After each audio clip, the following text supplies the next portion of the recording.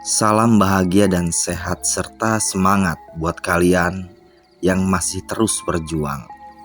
Balik lagi dengan channel horor Dongeng Datuk Mulyono dengan kisah kali ini berjudul Gendong Pocong.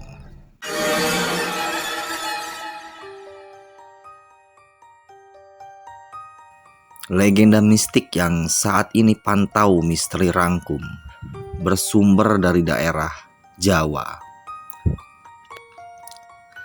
Di suatu pinggiran kota salah satu provinsi, ada cerita tentang momok pesugihan, gendong, pocong. Bukan kemiskinan yang mengubah pola pikir pelaku, tapi pemilihan umum untuk duduk sebagai orang terdepan dalam urusan membela kepentingan rakyat. Rohimun, seorang tuan tanah karena warisan, menerima kesempatan salah satu partai politik. Namun, sejak kecil hingga kuliah, dia tak pernah belajar ilmu pemerintahan, apatah lagi sosial dan politik. Sang ayah mengajarkan bisnis sejak Rohimun duduk di bangku SMA. Tak terkecuali ilmu klinik untuk menangkal kerugian dan meraup keuntungan. Rumah Rohimun pun terkesan berkekuatan mistik. Patung-patung berbagai macam tanduk dan kain-kain hitam jadi penghias halaman dan belakang serta ruang tamunya. Banyak warga yang masuk ke rumahnya. Mereka selalu mengatakan hal buruk. Mereka tidak hanya menganggap atau mengira, tapi meyakini Rohimun menganut ilmu gaib sejak ayahnya belum almarhum. Setiap malam, para peronda melihat sosok perempuan berkain putih duduk seraya mengayunkan kaki panjangnya di atas pohon jambu air yang berada di halaman rumah Rohimun. Selain itu, para peronda kerap mendengar cekikik kuntil anak. Selain kuntil anak, para warga sering melihat Gundurwo, sang penjaga luasnya tanah Rohimun yang dipagari dinding dan kawat duri. Menurut keterangan warga yang pernah melihat, Gundurwo itu memiliki mata dan taring yang menyiutkan nyali. Di pinggiran salah satu kota provinsi ini, semua orang mengetahui kekayaan Rohimun. Meski bukan sebagai dermawan, tapi salah satu pengurus yang memiliki wewenang di salah satu partai politik melihat potensi keuangan Rohimun untuk memenangkan dan memberi dampak baik bagi organisasi dan kehidupannya. Dibujuklah Rohimun untuk ikut dalam pertarungan perebutan kursi orang penting. 10 tahun lebih Rohimun mengenal ilmu gaib. Dia mengetahui sosok dan pesugihan yang akan mengabulkan permintaannya. Tak perlu meminta persetujuan keluarga atau pimpinan parpol. Istrinya telah memahami dari mana kekayaan yang memanjakan kehidupan mereka. Pemimpin partai pun tidak peduli bagaimana kemenangannya. Seekor kambing bertanduk 3 didapat Rohimun dari kota Surakarta. Seekor ayam serba hitam didapat Rohimun dari pelosok kota Jakarta.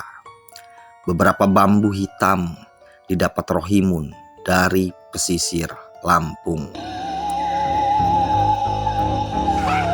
Malam memberi awan bergambar kerbau mengangkangi kuda dan harimau. Pria berambut klimis tapi bermuka tak elok dipandang tersebut menyembelih semua hewan. Darahnya ditaburi di depan gubuk yang terbuat dari bambu hitam. Dia tidak menabur kembang. Setelah membakar kemenyan, Rohimun menggores bagian tangan kanan dan kiri. Darahnya menetes di atas merah beraroma anyir yang berasal dari dalam tubuh hewan.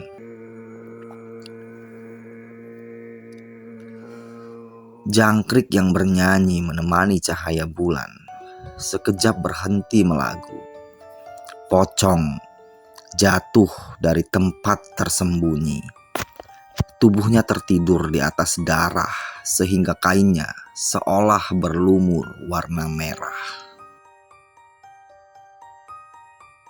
Rohimun langsung membopong pocong yang dia mematung untuk diletakkan ke atas barisan dan susunan bambu hitam yang rapi.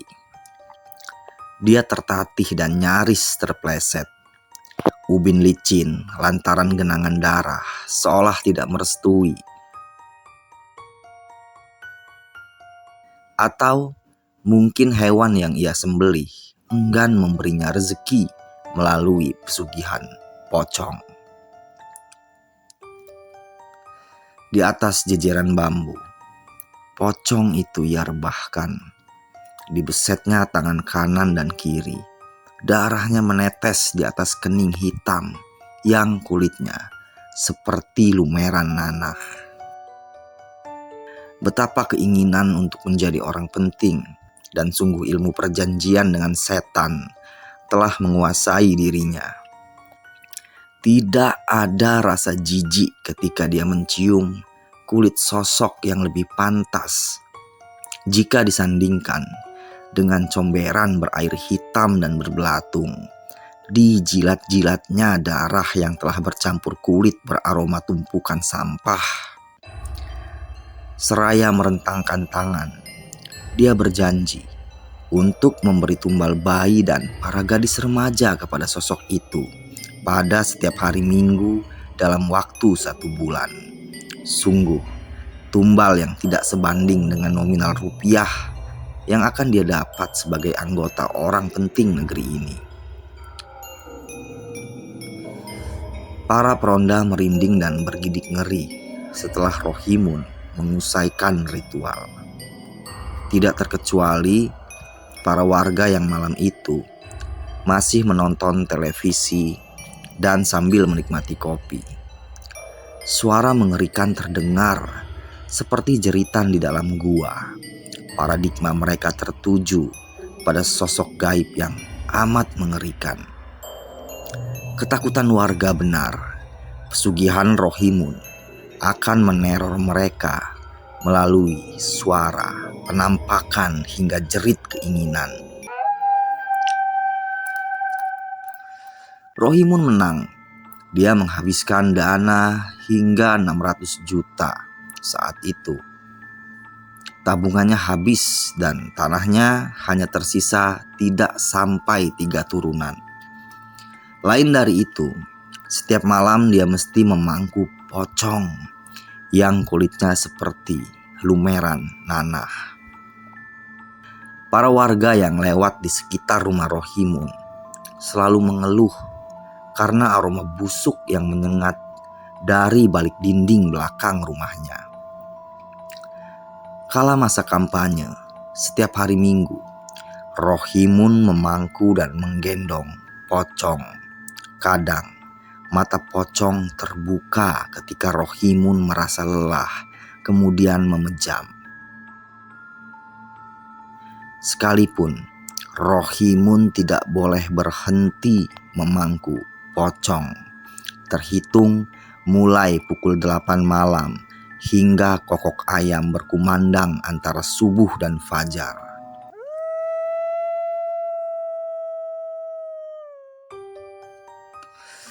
Istrinya sempat mengeluh, tapi karena puluhan tahun mengenal Rohimun dan menikmati kekayaan. Maka dia hanya merias wajah dan bersenang-senang di depan perhiasan. Selalu Rohimun mengelus-ngelus kening pocong yang bertubuh sepertinya. Kadang pocong menggeram kala Rohimun mengantuk dan menghentikan ayunan tangannya. Pocong itu melotot seraya menggeram. Tubuh Rohimun pun bergetar. Pernah suatu waktu, Rohimun yang lelah usai mengunjungi warga, dia terlelap di atas ranjangnya, seraya memeluk sang istri. Minggu itu, anak Rohimun diteror hingga menangis kejer. Para peronda pun tak terkecuali, karena kebetulan letak gardu hanya berjarak 20 meter dari rumah tuan tanah itu. Para peronda mendengar geram dan melihat sosok pocong melayang dari halaman belakang rumah Rohimun menuju pintu rumahnya. Ketika para peronda tercengang dan tak sanggup berbuat apapun, suara cekikikan kuntil anak nyaring terdengar. Mereka membunyikan kentungan hingga kepala lingkungan dan para warga berdatangan. Semua panik dan mengatakan peristiwa yang mereka pandang. Semua berjalan ke rumah Rohimun. Sebelum mengetuk pintu, salah satu warga kesurupan dan berkata ingin digendong dan ditimang-timang. Suara gaduh para warga didengar Rohimun yang berupaya mengusir takut anak bungsunya. Dia sangat menyesal karena berpikiran warga melihat keanehan di tempatnya tinggal. Tergesa, dia meninggalkan anaknya yang masih terseduh dan istrinya yang kebingungan serta anak sulungnya yang panik. Suara perempuan yang tertawa kembali didengar para warga. Salah satu warga kembali menjerit karena melihat sosok pocong melayang memasuki halaman belakang rumah Rohimun. Lelaki parubaya itu berhenti sesaat ketika ingin membuka gagang pintu. Dia mendengar pintu belakang rumahnya ada yang menggedor. Suaranya kencang hingga ayam-ayam riuh di dalam kandang. Selain itu, tangis anak bungsunya terdengar hingga ke depan pintu. Namun Rohimun berhasil mengibuli warga. Setelah keluar dan menemui warga, dia beralasan ada yang mengirim gangguan gaib, sehingga anak bungsunya pun menangis. Tapi ketika kepala lingkungan ingin mendatangkan orang pintar, dia beralasan sanggup mengatasi masalah tersebut karena memiliki saudara yang mengerti klinik. Para warga berhamburan kembali ke rumah masing-masing. Para peronda masih bergidik ngeri karena malam itu terasa sangat sepi. Daun-daun mematung dan suara binatang malam riuh di dalam kandang masing-masing rumah warga. Rohimun segera berlari ke halaman belakang tanpa peduli tangis panik istrinya. Dia bersimpuh dan memohon kepada pocong yang berdiri di depan pintu gubuk. Terpaksa dia kembali menyayat kedua tangan, lalu meneteskan darah di kening dan mulut hantu pesugihannya. Sambil menggendong, lalu duduk dan memangku pocong, dia menggoyangkan tangan seraya berbisik nyanyian Nina Bobo di telinga pocong.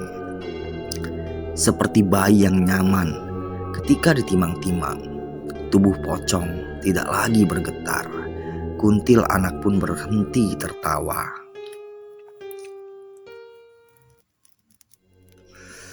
Malam-malam berikut, Rohimun enggan terlupa. Dia menolak kampanye melebihi pukul 4 sore. Apalagi ketika hari Minggu. Setiap pulang, pasti dia tidak mandi melainkan tidur karena malam mesti lembur. Hari yang dinanti Rohimun pun berbuah. Dia menang, tapi tidak sempat menikmati harta, kekayaan, dan kewibawaan. Pada bulan pertama dan kedua memberi tumbal, dia berhasil membeli bayi dan gadis remaja. Tapi karena belum resmi duduk di singgah sananya, maka Rohimun kehabisan modal untuk membeli bayi. Ingin menjual tanah, tapi sertifikat rumah telah tergadai. Anak sulungnya jadi korban tumbal pesugihan. Ketika sang istri sedang arisan, dia mengendap masuk ke dalam kamar anak gadisnya. Sapu tangan yang telah dilumuri obat bius digunakan menghabisi nyawa buah cintanya. Diseretnya gadis yang pingsan menuju gubuk. Keringat di wajahnya tetap tidak mengubah betapa buruk parasnya. Tergesa, Rohimun membuka seluruh pakaian gadisnya. Tak sekalipun dia menangis, karena pikirannya sangat khawatir jika istrinya pulang. Sangat cepat dia membelah dada, menebas leher anaknya hingga nyaris putus.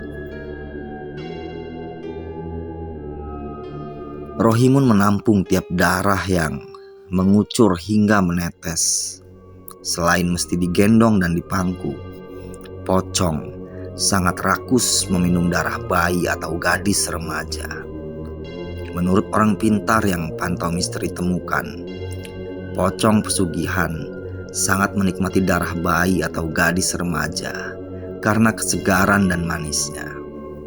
Tapi dia menjelaskan kalau itu hanya tipu daya iblis dalam menjerumuskan manusia sehingga rela membunuh hanya demi kekayaan pribadi.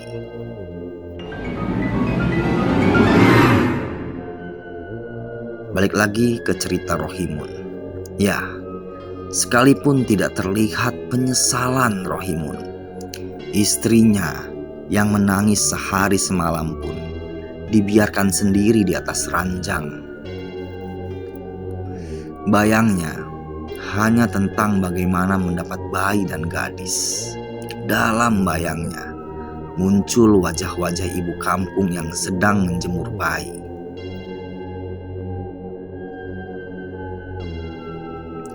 Namun sebelum dia mendapatkan bayi-bayi itu, istri Rohimun bunuh diri, menyayat urat nadi dan meminum racun serangga. Untuk mendapat bayi, Rohimun mengambil emas istrinya yang masih sangat sedih. Tak ada belas kasih, meski para warga banyak yang bersimpati dan berempati. Justru dia menandai sesiapa ibu yang memiliki para bayi dan berusaha mencari orang suruhan yang berani menculik buah hati. Padahal istrinya baru saja mati bunuh diri. Seorang ibu bangun dari tidurnya karena sang bayi meminta susu. Rohimun masih di gubuknya, memangku Pocong yang sering memerlihatkan mata merahnya yang seolah butuh darah. 1 hari lagi, waktu yang ditentukan, Rohimun menunggu kabar dari orang suruhannya. Sampai malam yang paling menentukan bagi nyawanya, Rohimun kehilangan kabar dari orang suruhannya. Di dalam warung remang, orang suruhannya menertawakan kebodohan Rohimun yang telah memberi uang muka dan mobil cukup mewah. Sedangkan Rohimun sangat khawatir. Menjelang maghrib, dia menutup semua pintu rumah. Sayang, dia terlalu memaksa diri mengumpulkan harta berharga. Padahal waktu tak mengenal kata menunggu. Sampai anaknya sendiri pun dilupakan. Para peronda mendengar jerit ketakutan anak Rohimun yang sendiri di dalam rumah. Dia terbangun karena suara gedoran pintu tanpa jeda. Sosok pocong melayang dan mengintip tiap kaca dalam rumah hingga ke kamar anak bungsu Rohimun. Para peronda berlari menuju rumah Rohimun. Tidak perlu waktu untuk membuka pintu yang tak terkunci. Segera mereka memeluk anak berusia di bawah 10 tahun itu. Dari pintu belakang, suara gedoran kembali terdengar. 3 peronda cemas dan segera berlari membawa anak itu. Namun, semua lampu mati dan pintu terkunci. Mereka semua pingsan dan anak laki-laki yang masih sangat belia bersembunyi seraya meringkuk di dalam lemari. Kuntil anak tertawa seraya duduk di sofa ruang tamu. Pocong melayang mengitari rumah seolah mencari sesuatu. Sedangkan Gunderuo seolah menggetarkan seisi rumah. Mereka semua meminta makanan dari perjanjian Rohimun dan leluhurnya. Bayang 3 sosok gaib seolah duduk di kursi depan dan belakang mobil yang sedang dikendarai Rohimun. Dia ingin segera berlayar meninggalkan kota kelahiran. Di suatu kabupaten, dia masih memiliki 1 villa. Namun naas, 3 sosok gaib yang seolah mengikuti di dalam mobil menjerumuskannya ke dalam laut. Semua koran lokal maupun daerah yang tersebar hingga ke pelosok Nusantara mengabarkan berita kematian seorang anggota legislatif yang mati di dalam laut sebelum pelantikan. Anak Rohimun terpaksa tinggal di salah satu panti asuhan. Semua harta Rohimun diambil alih bank pemerintah maupun swasta.